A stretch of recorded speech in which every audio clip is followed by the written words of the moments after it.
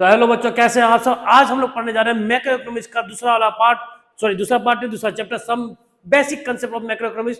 पहला चैप्टर आपने पढ़ा था जिसमें हमने पढ़ा था इंट्रोडक्शन टू मैक्रो इकोनॉमिक्स, और मैंने बताया था ये जो यूनिट हम पढ़ रहे हैं वो है national income and it's related aggregate, जिसको मैंने बताया था कि 4 भागों में मैंने बांट दिया है। पहला है आपके बुक के अकॉर्डिंग ही, पहला जो इंट्रोडक्शन टू मैक्रो इकोनॉमिक्स, दूसरा जो चैप्टर चलने वाला वो है some basic concept of macro economics. ये कंसेप्ट इतना ही इंपॉर्टेंट है कि कल को जो आप नेशनल इनकम कैलकुलेट करेंगे, नेशनल इनकम वाला चैप्टर पढ़ेंगे, तो ये सारे कंसेप्ट वहां यूज होने वाले हैं। तो इस चैप्टर को छोड़ना बहुत ही हानिकारक हो सकता है आपके लिए। तो बच्चों, इस चैप्टर से स्टार्ट करते हैं। और पहली बात, ये चैप्टर को मैं 2 पार्ट में बना रहा हूं। पहला पार्ट आज मैं पढ़ाने वाला हूं, दूसरा पार्ट फिर अगला वीडियो में। तो पहला वीडियो यही है जहां हम अब स्टार्ट करते हैं, जहां हम गुड्स को क्लासिफाई करते हैं 2 पार्ट में। गुड्स का मतलब आपको पता होगा, वस्तु वही चीजें, सामान, ठीक। गुड्स को 2 पार्ट में बांटते हैं हम लोग। एक होता है तुम्हारा फाइनल गुड, दूसरा होता है तुम्हारा इंटरमीडिएट गुड। अब ये फाइनल गुड क्या होता है, इंटरमीडिएट गुड क्या होता है, आपको फोटो में क्लियरली समझ में आ रहा होगा कि ये बच्चा क्या कर रहा है, मार्केट से ब्रेड खरीद के लेके आया, ब्रेड खरीद के लाके डायरेक्टली क्या कर रहा है, ये बच्चा कंज्यूम कर रहा है। क्या कर रहा है, कंज्यूम कर रहा है। मतलब इस ब्रेड में उसने अभी कोई फर्दर प्रोडक्शन नहीं किया, ना ही उसका कोई वैल्यू एड ऑन हुआ, उसका वैल्यू भी बढ़ा नहीं, ब्रेड खरीद के लाया, खा लिया, कंज्यूम कर लिया, यानी यह फाइनल गुड। फाइनल गुड का मतलब होता है कि वो प्रोडक्शन के बाउंड्री लाइन को क्रॉस कर चुका है, मतलब अब उसमें फर्दर प्रोडक्शन होने वाला नहीं है, ना ही कोई वैल्यू ऐड होना, वैल्यू मतलब कोई पैसा ऐड होने वाला है। तो ऐसे चीज को हम बोलते हैं फाइनल गुड। फाइनल गुड्स में 2 टाइप्स के होते हैं बच्चा, एक होता है कंज्यूमर गुड्स और दूसरा होता है कैपिटल गुड। इसमें चलते हैं हम लोग बाद में। फिलहाल इंटरमीडिएट गुड्स क्या होता है। इंटरमीडिएट गुड्स वो गुड्स होता है जो अभी तक फाइनली प्रोडक्शन के बाउंड्री लाइन को क्रॉस नहीं किया है, मतलब अभी और फर्दर प्रोडक्शन होना उसमें बाकी है, वैल्यू एड ऑन होना बाकी है। फॉर एग्जांपल आप ब्रेड को ले लो, ब्रेड एक कंज्यूमर खरीद रहा है, एक घर वाला, एक हाउस होल्ड खरीद रहा, मान लो आप खरीद रहे हो ब्रेड को खाने के लिए। तो ब्रेड आप जब खा रहे हैं तो वो क्या हो गया, फाइनल गुड, क्योंकि वो आप एंड यूजर है। कौन सा यूजर है बच्चा, एंड यूजर, मतलब उसके बाद कोई उसका यूजर नहीं होगा। आप खा लिए, ब्रेड खत्म, कहानी खत्म। लेकिन वही ब्रेड अगर एक प्रोड्यूसर खरीद रहा है, प्रोड्यूसर मान लो एक कोई पकौड़ा वाला, तो वो ब्रेड पकौड़ा बना रहा है, ब्रेड से क्या कर रहा है, ब्रेड पकौड़ा में कन्वर्ट कर रहा है, यानी फर्दर प्रोडक्शन हुआ, कुछ कुछ वैल्यू उसमें ऐड हुआ, कुछ वैल्यू ऐड होकर वो किसको बेच रहा है, कंज्यूमर को बेच रहा है। तो ये जो ब्रेड पकौड़ा बना रहा है ब्रेड से, ये ब्रेड पकौड़ा इसके लिए क्या है, इंटरमीडिएट गुड। जैसे आप ले लो फॉर एग्जाम्पल शुगर, शुगर अगर हम लोग खरीदते हैं और उसको कंज्यूम करते हैं, तो ये हो गया तुम्हारा कौन सा गुड, फाइनल गुड। और इंटरमीडिएट गुड, अगर ये शुगर चाय वाला खरीद रहा है, कौन खरीद रहा है, चाय वाला, चाय वाला खरीद के चाय बना रहा है, तो वो हो गया इंटरमीडिएट गुड। अगर आप ये भी कह सकते हैं अरे सर चाय तो हम भी घर में बनाएंगे, ऐसा तो नहीं है कि चीनी में लिया, चीनी सीधे में खाऊंगा, चीनी से ओबीसी खीर बनेगा, चाय बनेगा, कॉफी बनेगा, तरह तरह के आइटम बन सकते हैं। तो सर प्रोडक्शन तो यहाँ पे भी हो रहा है, हाँ, लेकिन घर पे जो आप प्रोडक्शन कर रहे हैं, घर पे जो आप बना रहे हैं, प्रोडक्शन नहीं कर रहे हैं आप घर पे जो आप बना रहे हैं, चाय, चीनी से चाय बना रहे हैं, चीनी से खीर बना रहे हैं, सेवैयां बना रहे हैं, जो भी चीज बना रहे हैं, उसमें कोई इकोनॉमिक एक्टिविटी इन्वॉल्व है क्या, इकोनॉमिक मतलब कोई पैसा का लेन देन है क्या, मतलब कि आप उसको बेचेंगे क्या, उसको खीर को बेचने जा रहे हैं, नहीं, आप कंज्यूम करने जा रहे हैं। बात समझ में आया। तो घर पे बनाने उससे कोई मतलब नहीं है, क्योंकि वो फाइनल गुड ही माना जाएगा, क्योंकि कंज्यूमर उसको आप कंज्यूम करने वाला, वो एंड यूजर हो गया, कंज्यूमर जो है वो एंड यूजर हो गया। बात समझ। लेकिन वही चीनी एक चाय वाला के लिए, चाय वाला उसका एंड यूजर नहीं है, चाय वाला क्या करे, चीनी लेगा, दूध में मिलाएगा, चाय बनाएगा, फिर पिलाएगा। बात समझ में, उसमें फर्दर प्रोडक्शन हो रहा है, उसमें वैल्यू ऐड हो रहा है। बात समझ में। फाइनल गुड मतलब वो गुड जिसका प्रोडक्शन बाउंड्री लाइन खत्म हो चुका, मतलब वो प्रोडक्शन हो चुका है, अब उसमें फर्दर कोई प्रोडक्शन होने वाला नहीं है, ना ही कोई वैल्यू ऐड ऑन होने वाला है। वो इंटरमीडिएट गुड का मतलब यह है कि ये गुड अभी प्रोडक्शन लाइन को क्रॉस नहीं किया, मतलब और प्रोडक्शन होना बाकी है इसमें। बात समझ में आया। ये था फाइनल गुड्स और इंटरमीडिएट गुड का डेफिनेशन। वैसे पिक्चर में साफ साफ समझ में आ रहा है, बच्चा ब्रेड खा रहा है, कौन सा good, final good, and user है। क्या ये ब्रेड पकौड़ा वाला क्या एंड यूजर है, नहीं ना, क्योंकि ये ब्रेड खेत के लाया, उसको पकौड़े में कन्वर्ट किया, उसको आप बेच रहे हैं किसको, कंज्यूमर को। अब चलते हैं फाइनल गुड का definition. This goods which have reached to the end user, कहां पहुंच गया, एंड यूजर के पास, मतलब एंड यूजर खत्म, खा लिया, खानी खत्म। आप कपड़े को ले सकते हो, अगर आप कपड़ा खरीद रहे हैं, कपड़ा शर्ट खरीद रहे हैं, शर्ट खरीद के कहां जा रहे हैं, शर्ट खरीदने कहां जा रहे हैं, एक दुकान पे जा रहे हैं, वहां से आप शर्ट खरीदे हैं, तो वो शर्ट आप कंज्यूम करने वाले हैं। कंज्यूम का मतलब खाली खाना नहीं होता, कंज्यूम का मतलब पहनना, रखना, कंज्यूम, यूज करना। तो ये बताओ, अब उस शर्ट को आप यूज कर रहे हैं, खरीद रहे हैं, पहने हैं, तो ये आप क्या है, आप हो गए एंड यूजर। और वो जो प्रोडक्ट हो गया वो कौन सा, वो गुड हो गया, कौन सा गुड हो गया, फाइनल गुड, मतलब आप ही यूज करेंगे। बात समझा। लेकिन वही दुकानदार उस सामान को, उस कपड़े को, उस शर्ट को खरीद के लेकर आया है होलसेलर से, अपने दुकान पे रखा है। मान लो वो रिटेलर है, अपने दुकान पे रख के वो बेचने वाला है किसको, कंज्यूमर को, तो वो रीसेल पर्पस के लिए लाया, रीसेल पर्पस के लिए लाया, यानी कपड़ा लाया किसको, बेचने के लिए। तो रीसेल पर्पस के लिए भी जो भी आइटम होगा वो भी इंटरमीडिएट गुड्स ही कहा जाएगा। क्या कहा जाएगा बच्चा, इंटरमीडिएट गुड। तो चलो फाइनल गुड का डेफिनेशन पहले देख लो। This goods which have reached to the end user, आखिरी यूजर के पास पहुंच गया, इसके बाद कोई आखिरी यूजर नहीं है। मोreover they have crossed the production boundary, production boundary को क्रॉस कर चुका है, मतलब उसमें कोई फर्दर प्रोडक्शन होने वाला नहीं है। Further there will be no value addition, मतलब उसमें कोई वैल्यू ऐड भी नहीं होगा। वैल्यू ऐड का मतलब समझ रहे हो ना। चलो अभी हम प्रोडक्शन बाउंड्री लाइन समझा रहे हैं, वैल्यू ऐड भी समझा दे रहे हैं आपको।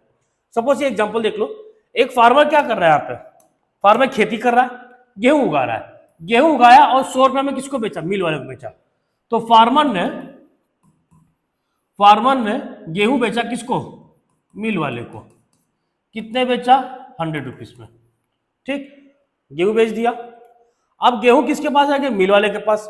मिल वाला क्या कर रहा है, उसको पीस रहा है, पीस के उससे आटा निकाल रहा है, मैदा निकाल रहा है, ठीक है, और उसको 200 रुपए में बेच रहा है किसको, बेकर को। यानी अब मिल वाला किसको बेच रहा है, बेकरी वाले को। कितने में बेच रहा है, 200 में। कितने बेच रहा है, 200 में।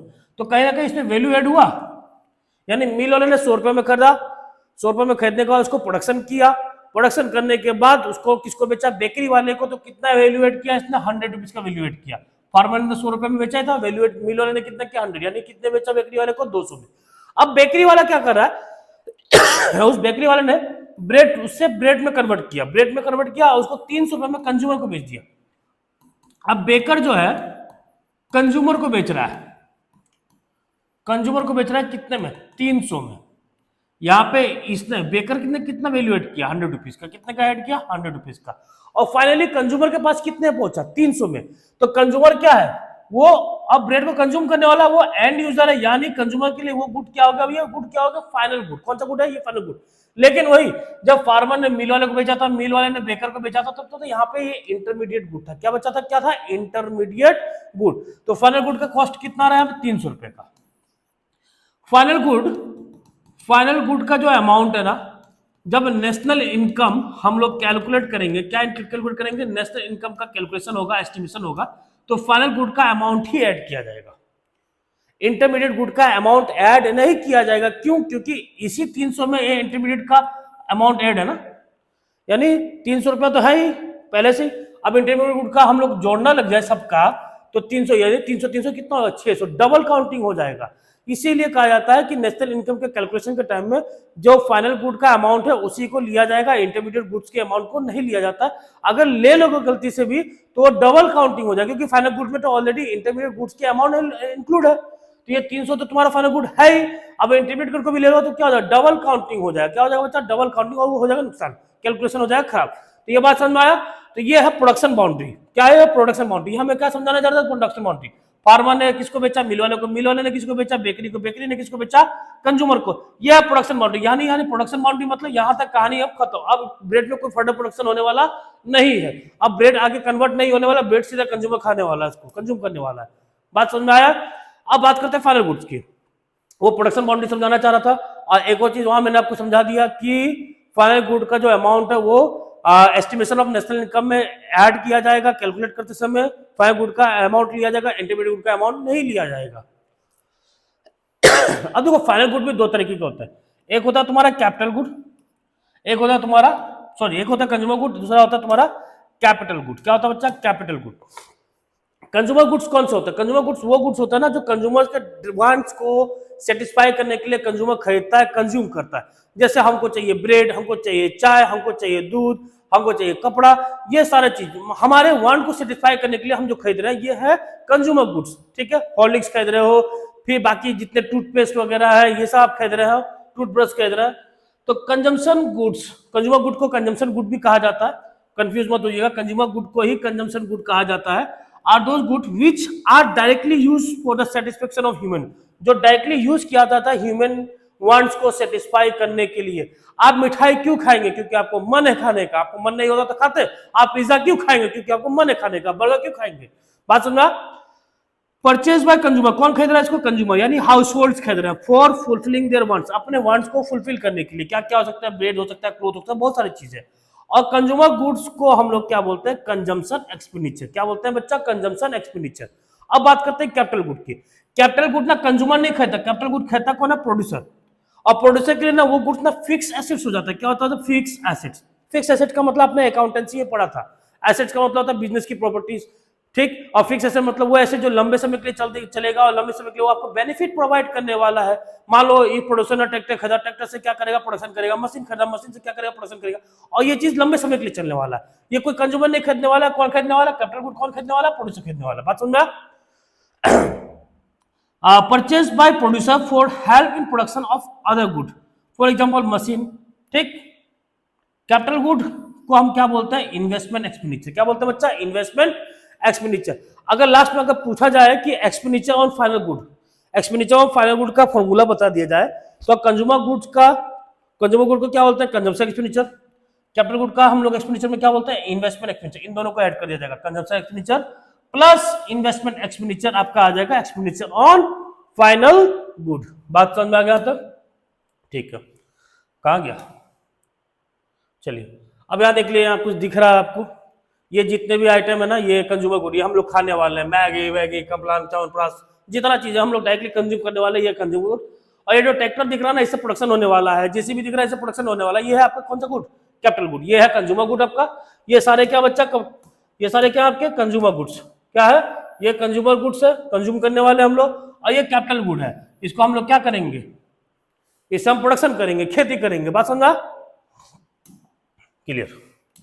समझ में तो आ ही रहा होगा। चलिए अब बात करते हैं कंज्यूमर गुड्स के कुछ बहुत खतरनाक हो रहा है ना, goods, final good, intermediate good. Final good में भी आपका दो गुड आ गया, कौन सा? कंज्यूमर गुड और कैपिटल गुड। अब उसमें कंज्यूमर गुड्स में भी आ गया आपका चार तरीके के। एक है ड्यूरेबल गुड, एक है ड्यूरेबल गुड, दूसरा है सेमी ड्यूरेबल, तीसरा नॉन ड्यूरेबल और लास्ट वाला है नॉन मटेरियल गुड्स और सर्विस। थोड़ा ठंडी एरिया में घूमने की वजह से खांसी आ गया है, थोड़ा सा आप लोग उसको अवॉइड कीजिएगा, नेग्लेक्ट कीजिएगा। फिलहाल मुद्दे को समझिए, सिंपल शब्दों में समझा रहा हूं इसको। ड्यूरेबल गुड्स वो गुड्स जिसकी वैल्यू रिलेटिवली बहुत हाई है और बहुत लंबे समय तक चलने वाला है। जैसे आपने गाड़ी खरीदा, कार, फिर फ्रिज, एसी, वॉशिंग मशीन, इसकी वैल्यू थोड़ी सी हाई भी है और ये लंबे समय तक चलने वाला है, यानी इसको हम बोलते हैं ड्यूरेबल गुड्स। क्या बोलते हैं? Durable goods. Semi durable durable goods के कंपैरेटिव डायरेक्टली इसका जो वैल्यू है वो थोड़ा सा कम है। इसकी वैल्यू ज्यादा है, इसके कंपैरिजन इसका वैल्यू थोड़ा सा कम है और इसकी लाइफ भी कम है इसके कंपैरिजन। ये ज्यादा 1 साल चल सकता है, 1 साल से स्लाइटली कुछ महीने और चल सकता है। जैसे बल्ब हो गया आपके घर पे, ठीक, ट्यूबलाइट हो गए, ये सारे चीज, और फर्नीचर हो गया, कपड़ा हो गया, ये सारे चीज, छोटे मोटे इलेक्ट्रॉनिक आइटम, इलेक्ट्रिक आइटम जो हो गए, ये सारे चीज सेमी ड्यूरेबल गुड है जो 1 साल या स्लाइटली मोर देन दैट चल सकता है। अब नॉन ड्यूरेबल गुड, ये ऐसा गुड है जो ज्यादा जो चल ही नहीं सकता। फिर जैसे टूथपेस्ट ले लो, टूथपेस्ट से आपने पेस्ट निकाल दिया, यूज कर लिया, क्या उसमें कुछ भर सकते हैं? टूथपेस्ट भर सकते हैं? नहीं, वो तो आपने यूज कर लिया, खत्म कहानी। मतलब उसका यूज नहीं हो सकता, एक बार यूज हुआ कहानी खत्म। बात समझा? Goods which can not be used again and again, they loss their identity, वो अपनी आइडेंटिटी खत्म कर देते हैं जहां उसका कंजम्पशन हो जाता है। ठीक है, जैसे दूध हो गया, दूध का प्रोडक्ट हो गया, फूड ग्रेन हो गया, दाल चावल हो गया, खा लिया कहानी खत्म। बात समझ आया? नॉन मटेरियल गुड यानी ये कोई मटेरियल है ही नहीं, इसका मतलब ये देख नहीं सकते हम, ये इनटेंजिबल है, ये सर्विस है एक्चुअली। जैसे मैं आपको पढ़ा रहा हूं तो आप ये मैं सर्विस प्रोवाइड कर रहा हूं, डॉक्टर आपका इलाज कर रहा है, वो एक सर्विस प्रोवाइड कर रहा है। जोमेटो वाले क्या कर रहे हैं? रेस्टोरेंट से जो फूड है वो आपके घर तक डिलीवर कर रहे हैं, क्या कर रहे हैं? ये सर्विस प्रोवाइड कर रहे हैं। बात समझा? तो ये ह्यूमन वांट्स को सेटिस्फाई करने के लिए है, इंटेंजिबल है, which can not be seen, which can not be touch. Lawyer, जैसे एग्जांपल लॉयर आपका केस लड़ रहा है, डॉक्टर, यार टीचर भी होना चाहिए भाई, टीचर। हाँ चलिए अब बात करते हैं इंटरमीडिएट गुड। फाइनल गुड का कहानी खत्म, अब चलते हैं इंटरमीडिएट गुड में। इंटरमीडिएट गुड तो आप समझ में आ ही गया होगा कि इंटरमीडिएट गुड क्या है? जिसने अभी तक प्रोडक्शन बाउंड्री को क्रॉस नहीं किया, मतलब फर्दर प्रोडक्शन होना बाकी है या फिर उसमें वैल्यू ऐड होना बाकी है। और कभी कभी जैसे रिटेलर शॉपकीपर है, वो क्या करते हैं? सामान खरीद के लाते हैं, एज इट इज उसको बेचते हैं ना। जैसे च्यवनप्राश हो गया, ठीक, पेन हो गया, उसमें कोई प्रोडक्शन थोड़ी करते हैं, च्यवनप्राश के ऊपर कोई प्रोडक्शन करते हैं या कोई अपना लेबलिंग करते हैं? नहीं ना, जैसे लाया वैसे ही बेचा, तो वो रीसेल बोलते हैं। तो रीसेल गुड भी इंटरमीडिएट गुड ही कहा जाएगा। क्या कहा जाएगा बच्चा? Intermediate good. अब देखो क्या होता है इंटरमीडिएट गुड, डेफिनेशन देख लो, this goods are who have not reached to their end user, जो अभी तक अपने आखिरी यूजर्स के पास नहीं पहुंचे हैं, रास्ते में ही अभी चाह रहे हैं, they have not cross the production boundary, ना ही अपना प्रोडक्शन बाउंड्री को अपने क्रॉस किया है, there only further value addition, उसमें वैल्यू ऐड होना बाकी है, फॉर एग्जांपल रॉ मटेरियल, मान लो फर्नीचर बना रहा है तो लकड़ी आया रॉ मटेरियल, बात समझ में आया, पनीर बनाया दूध आया तो रॉ मटेरियल। अब देख लेते हैं intermediate goods are those which are produced by one firm, जो एक फर्म प्रोड्यूस करता है दूसरा फर्म खरीदता है, या तो यूज के लिए या फिर रॉ मटेरियल की तरह, या फिर उसको रीसेल करने के लिए, क्या करने के लिए, रीसेल करने के लिए। रीसेल वाला आइटम भी मैंने बताया था क्या होता है, इंटरमीडिएट गुड्स, ठीक है। Intermediate goods not including the estimation of national income, national income में इंक्लूड नहीं होगा, मैंने बताया था, because value of intermediate goods ultimately becomes a part of value of final good, वो अल्टीमेटली फाइनल गुड का पार्ट ही है, तो अगर उसको ऐड करते हैं तो डबल काउंटिंग हो जाएगा, क्या हो जाएगा, डबल काउंटिंग हो जाएगा। और एक और चीज याद रखिएगा कि अगर कोई भी इंटरमीडिएट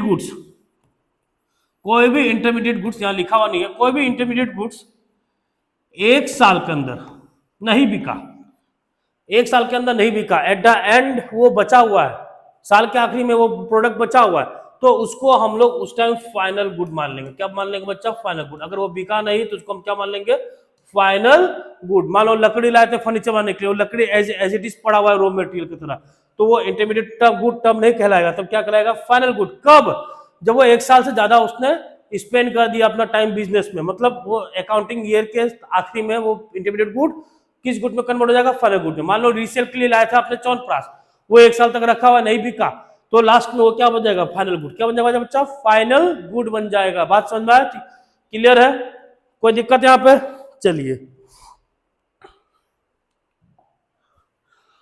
देखो यहाँ पे सेम गुड में भी फाइनल और इंटरमीडिएट, एक सेम गुड जो है ना वो फाइनल भी हो सकता है, इंटरमीडिएट भी हो सकता है, बिल्कुल हो सकता है। जैसे चीनी, जैसे दूध, चीनी फाइनल भी हो सकता है, चीनी इंटरमीडिएट भी हो सकता है। कैसे, ये आपको समझ में आ गया, मुझे बताने की जरूरत नहीं है, फिर ही बता रहा हूं। फाइनल गुड कैसे होता है कि मैं कंज्यूम कर रहा हूं, अपने घर पे ले जा रहा हूं खरीद के, तो ये फाइनल गुड, ठीक।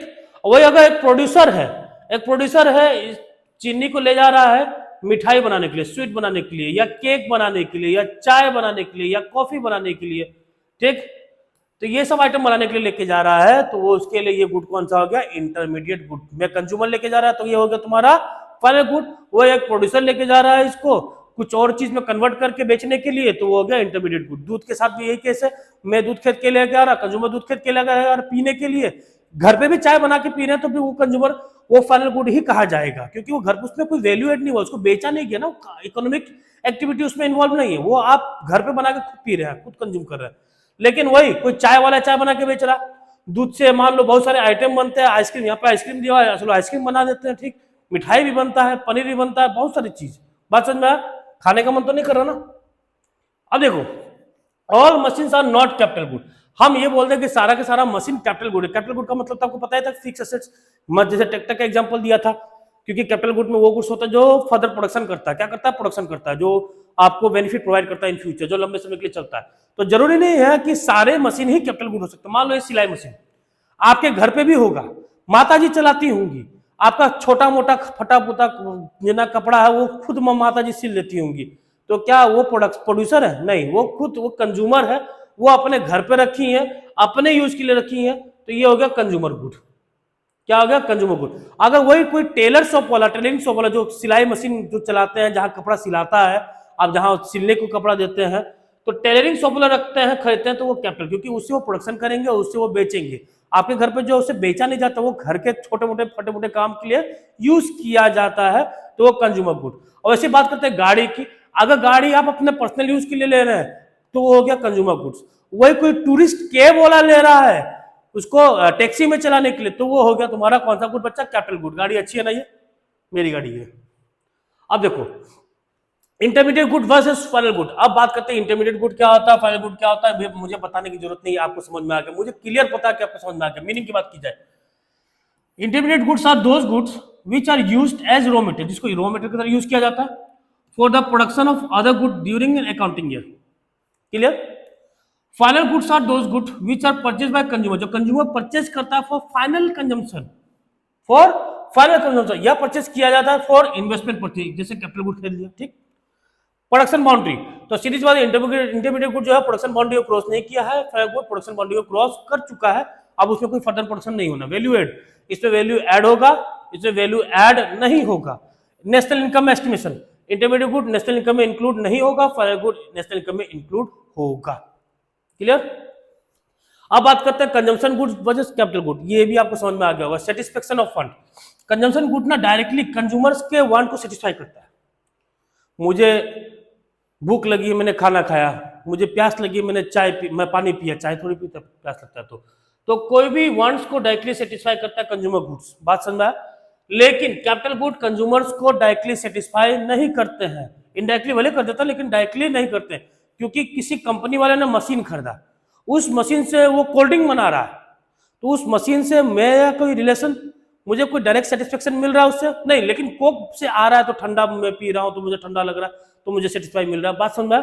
लेकिन जो मशीन खरीदा, मशीन है ना कैपिटल गुड है, तो उस कैपिटल गुड से मुझे कोई डायरेक्टली सेटिस्फेक्शन नहीं मिल रहा है। Life time use, consumer goods ज्यादा इसका लाइफ नहीं होता है, लेकिन कैपिटल गुड का लाइफ होता है, लंबे समय तक चलता है, जनरली वन वे बोला जाता है लेकिन बहुत लंबे समय तक चलता है। नेचर ऑफ डिमांड, ये डायरेक्ट डिमांड इसको बोला गया। डायरेक्ट डिमांड मतलब प्यास लगी है पानी पिए, प्यास लगी कोल्ड ड्रिंक पी लिए, डायरेक्ट डिमांड। ठीक। डिराइव डिमांड, डिराइव डिमांड का मतलब जैसे मान लो पहला एग्जांपल ले लेते हैं हम लोग, ब्रेड पकौड़े वाला। ठीक, कहां गया, मान लो यहां पे इस बच्चे को भूख लगी, इसने ब्रेड खाया, डायरेक्ट डिमांड। इस दुकानदार के पास कोई कंज्यूमर नहीं है अभी, मान लो एक कंज्यूमर आया, कंज्यूमर बोला मुझे ब्रेड पकौड़ा चाहिए, तभी ना ये जाके ब्रेड को डिमांड करेगा, तभी इसकी ब्रेड की डिमांड बढ़ेगी। मतलब डायरेक्ट डिमांड नहीं है, इनडायरेक्ट डिमांड, इसी को डिराइव डिमांड बोलते हैं। मतलब ब्रेड पकौड़ा का डिमांड बढ़ेगा तो ब्रेड का डिमांड इसके लिए बढ़ेगा, लेकिन इसके लिए डायरेक्ट डिमांड, इसको जरूरत है तुरंत खरीदेगा, बात समझा।